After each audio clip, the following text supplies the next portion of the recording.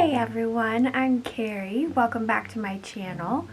Today I'm going to show you how I made this ridiculous reticule, which will match my alligator dress, pink alligator dress. And I guess this is part 2B of that video series. Part 1 was the gown, part 2A was the chemisette. This is part 2C, and then I still need to make the hat or bonnet and the alligator. So let's get started. The Oxford English Dictionary defines reticule as a small handbag typically made of a soft fabric tied with a drawstring and decorated with embroidery or beading. They were in use by women in the late 18th and early 19th centuries when pockets were no longer feasible under the increasingly columnar skirts meant to evoke Greek and Roman statuary. I mean, you don't see any bulging pockets on these ladies, right? Another word for reticule is ridicule, and women were ridiculed mostly by other women for wearing or holding what was once essentially part of their underwear, the pocket, on the outside of their gowns, where it was clearly visible and could easily be passed to others. Scandalous!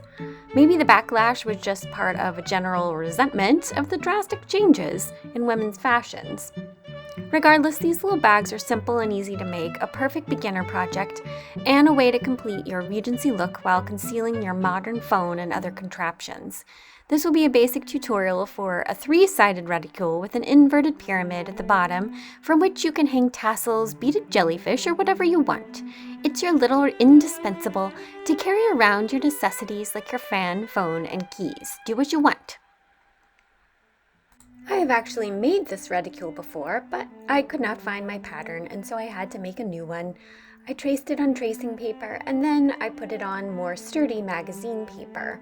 I then cut out 6 pieces from my fashion fabric for the lining and the outer part, sewed them together, and realized this fabric is a little bit thin, and if I'm going to put a bunch of decoration on it, which I will, I need an interlining.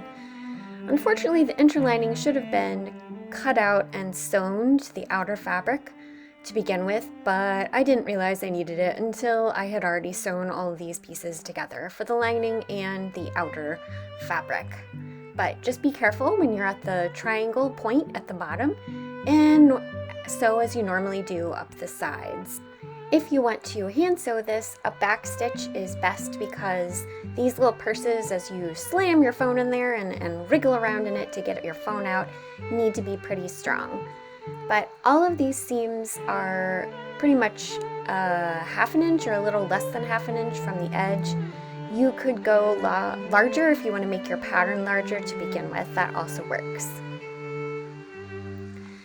Here's my interlining that should have been flat-lined to the outer fabric. Oh well. And then I cut the seams down to very, very, very, very small, probably 1/8 of an inch here, because I need those triangle points to be very sharp.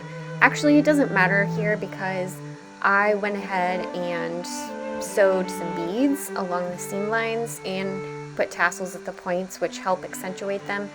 But you want your corners to be, not too bulky here. All right, then I put the interlining in the outer fabric before I put decoration on it. And again, this is not ideal. This was like mistake number 3 here. The decoration, basically I made this reticule because I wanted to use up all those little triangles that I cut out of the fabric I used to make my pink alligator dress. And so I sewed them together on 2 sides in a long line so that I could do something with them. I wasn't sure exactly what I was going to do. I just knew that I wanted to use up all these little triangles. And I did. I did not count how many triangles there are, but there are quite a few. And I ended up with this long string, which I guess I could have hung from the wall as party decorations. I then cut the triangle points off the bottom, again so that I could turn them inside out and make nice little sharp points at the bottom. This took a while. I think I was watching Bridgerton again for the second time in order to make my Bridgerton video. But once I was done, I fooled around and ended up making these little flowers. very much like I made the flowers for my Robe à la Francaise in my Ralph video, if you want to watch that. Basically, you whip stitch along the edge, several triangles in a row, and then tighten it up, tie it in a circle, and you make a flower.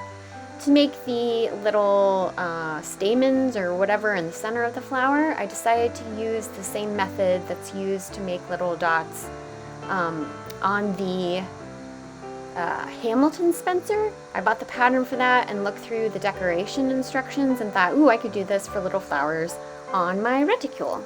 So basically you take a piece of cotton batting or whatever and a circle of fabric, and you make a nice running stitch around the circle, and then you tighten it up over the little ball of cotton batting, and then you just attach it to your reticule. All of the stitches on the other side, and there are a lot, will not be seen because I have yet to put the lining into the reticule.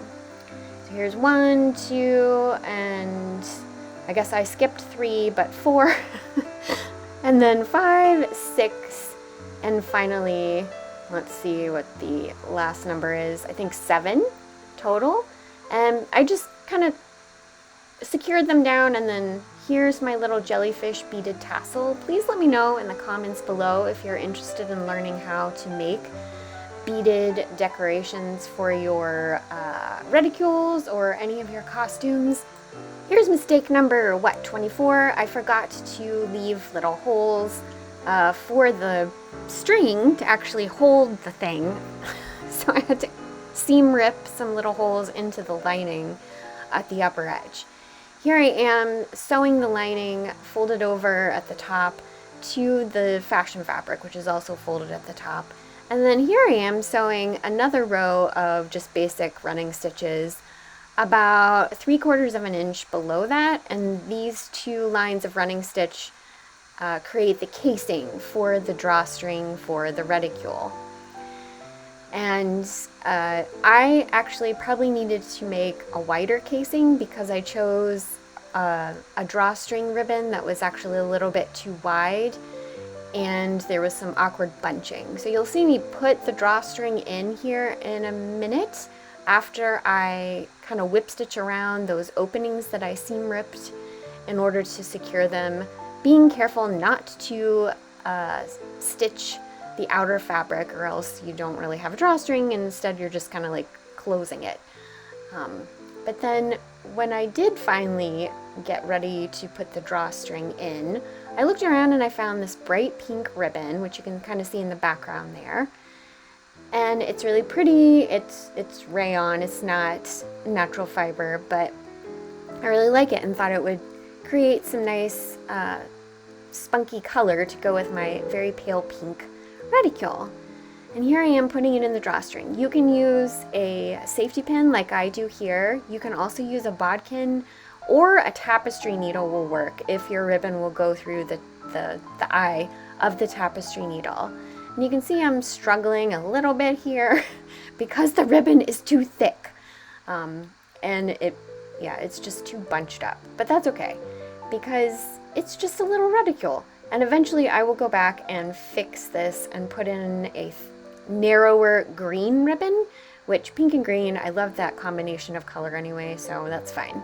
But here I am struggling with this bright magenta ribbon. Finally I get it all the way through and pull it out the other side. Struggle, struggle, struggle, struggle, struggle, struggle. And then you can use a safety pin or your tapestry needle or the end of a bodkin and pull it out of the other opening in the lining and pull it through. And I ended up stitching the 2 ends there. But finally my little reticule is done. Yay! And I am going to make sure that I don't lose the pattern. I still need to make my bonnet and my alligator, and I have a list of like 50 projects, but these are ones that I want to make sooner rather than later. So I hope you'll subscribe if you want to stick around and see me make those things. Finally, the little thing is done. Here, the picture on the left is with the new drawstring, which is much easier to move through that casing at the top there. But this little thing, which I think looks like some sort of sea creature, has enough room for my fan and my phone, and probably keys. There's actually quite a bit of room in there, and I just love the way the little beaded tassels move around at the bottom. It's so cute, and I actually like beaded tassels better than embroidery floss tassels. I don't know why. I love beads. But thank you for watching, and I hope that you enjoyed this video. Please give it a thumbs up and subscribe if you haven't already, and click that little bell so you get notified of my future videos. And I really appreciate you watching. Thank you. Bye.